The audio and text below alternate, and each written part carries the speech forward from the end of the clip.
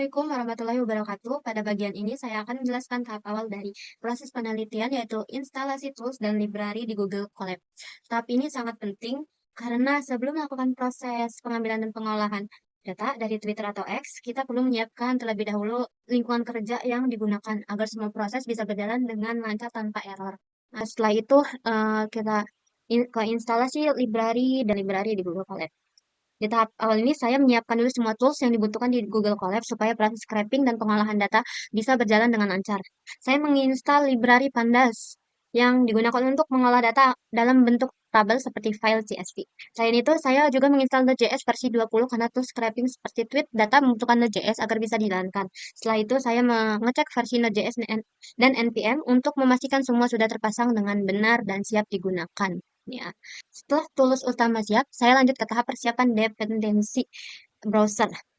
Karena proses scraping Twitter atau X berjalan menggunakan browser otomatis, maka perlu beberapa library tambahan di sistem Google Colab. Library ini berfungsi agar browser Windows bisa membuka halaman web, menjalankan JavaScript, dan mengambil data tanpa error. Selain itu, dilakukan juga update sistem menggunakan ITA update yang dipakai versi terbaru dan tidak terjadi masalah saat proses scraping.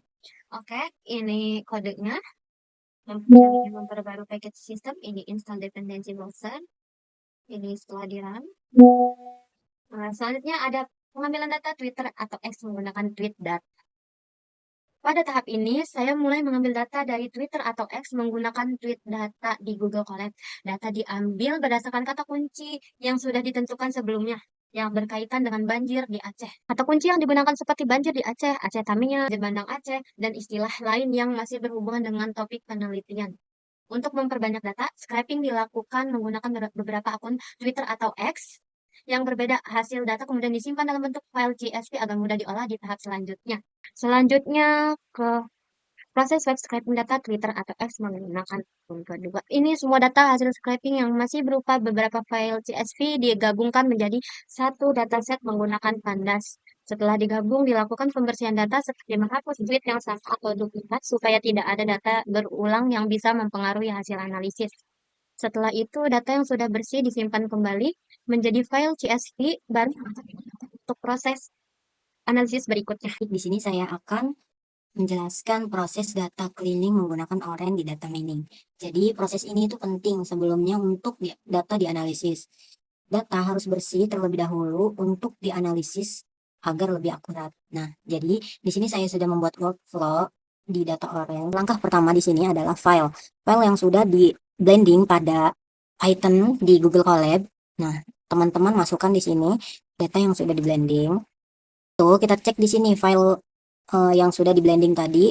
Nah, di sini terdapat missing value ya, teman-teman. Di sini ada tanda tanya. Jadi kita di sini akan membersihkan missing value-nya ini serta URL dan lain-lain. Corpus ini fungsinya untuk data diubah menjadi teks ya.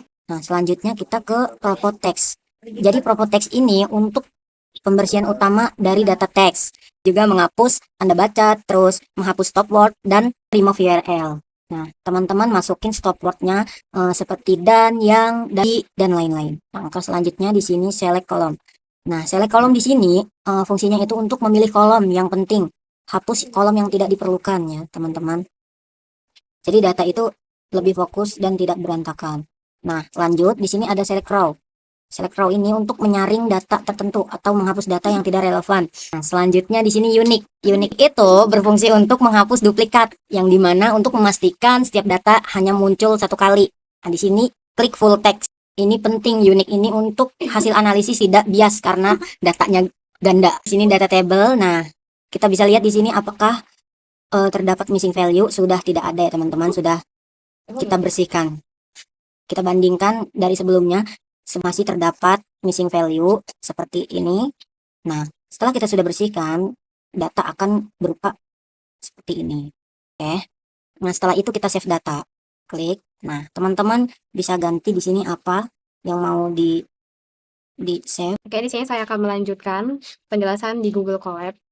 Tahap selanjutnya itu visualisasi data menggunakan word cloud. Pada tahap ini dilakukan visualisasi word cloud untuk melihat kata yang paling sering muncul dalam tweet. Nah, pertama, pastinya membaca dataset hasil scraping-nya. lalu menggabungkan data seluruh isi tweetnya, dan mengubah teks menjadi huruf kecil. Nah, di sini juga ada penghapusan, pembersihan seperti hapus huruf kecil, hapus URL, mention, hashtag, simbol-simbol, dan spasi yang berlebih. Baru di situ kita pakai daftar stop words. Digunakan untuk menghilangkan kata-kata yang kurang relevan. Stop words-nya seperti ini, di, yang, dan, dari, dan sebagainya. Lalu di situ dari hasil word cloud ini, kita akan tampilkan hasil word cloud-nya. Nah, hasil word cloud ini terlihat kata yang paling dominan berkaitan dengan banjir Aceh.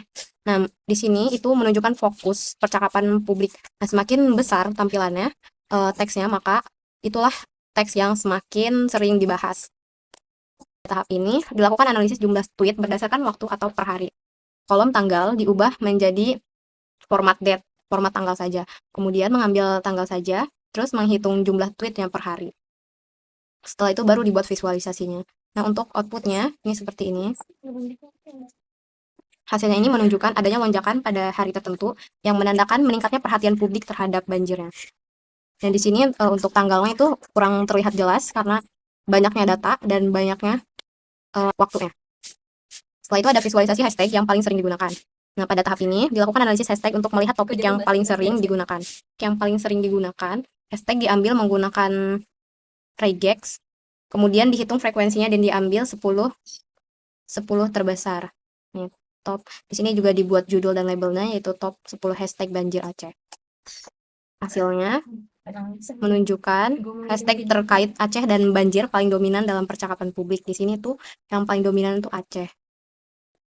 Itu saja tahap yang dilakukan pada tools Google Colab. Selanjutnya data-data yang sudah di scraping akan dilakukan analisis di tools Orange. Saya akan menjelaskan hasil visualisasi Orange Data Mining.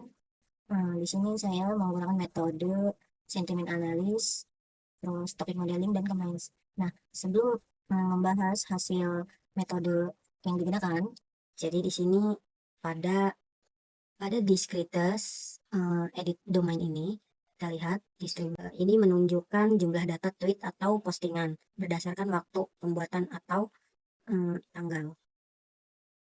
Nah, lanjut di sini ada distribution. Jadi ini menunjukkan sentimen-sentimen yang dimana menunjukkan negatif, sedangkan nilai yang mendekati 0 itu nilai netral. Nah, ini kebanyakan netral. Ini di sini ada test encore. Nah, jadi tes encore ini model evaluasi yang dimana hasil uji naive Bayes menggunakan cross validation. Nah, di sini hasilnya akurasinya itu 87%. Nah, terus FI-nya di sini sekitar 834. Nah, ouch-nya di sini sekitar 0,724. Rekalnya di sini sekitar 0,870. Nah, maka model ini cukup bagus karena akurasinya ini yang artinya cukup tinggi untuk tag klasifikasinya. Tapi ouch-nya ini sekitar 0,72. Ini bisa masih ditingkatkan. Jadi masih ada ruang peningkatan performa modelnya. Nah, lanjut di sini kita lihat grafik Gaussian matrix-nya. Ini menunjukkan prediksi benar dan salah. Nah, maka hasil ini menunjukkan kelasnya 0. Lebih dominan negatif, paling banyak diprediksinya itu benar. Ada beberapa kelas minoritas sering tertukar. Di sini ada rock analyze. Rock analyze ini untuk melihat grafik kualitas model klasifikasi. Nah, kurva ini jauh di atas garis diagonal, ouch, yang artinya sekitar 0,72. Yang jadi rock analyze ini kurvanya menunjukkan bahwa model memiliki performa yang lebih baik dibandingkan prediksi acak, namun masih belum mencapai performa yang optimal. Nah, hasil prediksi ini setiap data tweet atau satu per satu itu isinya ada kolom probabilitas tiap kelas. Nih, naik Bayes sampai dengan 514. Kan tingkat kepercayaan model. Pada bagian prediction ini terlihat hasil prediksi untuk melihat data probabilitas masing-masing. Ada distribution. Nah, distribution ini, kritisasi tadi untuk mengubah angka menjadi kategori. Nah, yang artinya grup 1 ini paling banyak datanya negatif. Nah, sedangkan grup 2 di sini sedang, yang artinya jumlah data sedang. Nah, yang terakhir di sini mendekati netral. Paling banyak juga salah satu dari sisinya. Nah, yang ini negatif, yang ini sedang, nah yang ini netral. Maka, data ini dibagi menjadi level sentimen. Negatif tinggi, negatif sedang, dan hampir netral. Baik, nah selanjutnya akan digantikan dengan teman saya. Jadi di sini saya akan menjelaskan topik modeling yang ada pada tampilan layar sekarang. Pada tahap ini dilakukan topik modeling menggunakan metode LDA untuk menemukan topik tersembunyi dari data teks. Dari hasil visualisasi scatterplot menunjukkan bahwa distribusi topik tidak merata, di mana sebagian besar data berada pada nilai rendah dan hanya beberapa data yang memiliki kontribusi topik tinggi. Selanjutnya dilakukan visualisasi menggunakan MDS untuk melihat hubungan antar data yang menunjukkan bahwa data tidak membentuk klaster yang terlalu jelas seperti pada gambar di sini. Di sini data ini menumpuk pada satu titik, jadi tidak terlalu jelas. Dan pada bar plot ini terlihat bahwa beberapa topik memiliki dominasi lebih tinggi dibandingkan topik lainnya, serta tingkat interaksi atau reply juga berbeda pada setiap topik. Oke, selanjutnya pada tahap ini dilakukan analisis clustering menggunakan commands untuk mengelompokkan data berdasarkan tingkat interaksi seperti reply, retweet, dan quote. Hasil distribusi menunjukkan bahwa sebagian besar data berada pada nilai rendah, namun terdapat beberapa data dengan nilai sebagian tinggi yang dapat dikategorikan sebagai outlier. Selanjutnya ada pada box plot. Box plot ini terlihat adanya ketimpangan data di mana mayoritas data memiliki nilai kecil dibandingkan beberapa data yang sangat tinggi. Next ada scatter plot. Di sini scatter plot ini menunjukkan bahwa tidak terdapat hubungan linear yang kuat antara reply dan retweet. Namun terdapat beberapa tweet yang memiliki engagement tinggi atau viral seperti pada berikut. Di sini mayoritas titik terkumpulnya itu ada di bawah atau nilainya itu nilai kecil. Jadi beberapa titik ekstrim atau viral tweet tidak ada pola linear yang kuat. Jadi di scatter plot ini tidak ditemukan hubungan linear yang kuat antara reply dan retweet. Namun terdapat beberapa data outlier yang menunjukkan tweet viral dengan engagement tinggi. Selanjutnya ada dari hasil comments ini data clustering mengelompokkan data menjadi beberapa cluster berdasarkan tingkat engagement, yaitu rendah, sedang, dan tinggi. Oke, selanjutnya kita sambungkan dengan save data. Sudah selesai. Sekian, kurang dan lebihnya mohon maaf. Wabillahi taufiq wal hidayah. Wassalamualaikum warahmatullahi wabarakatuh.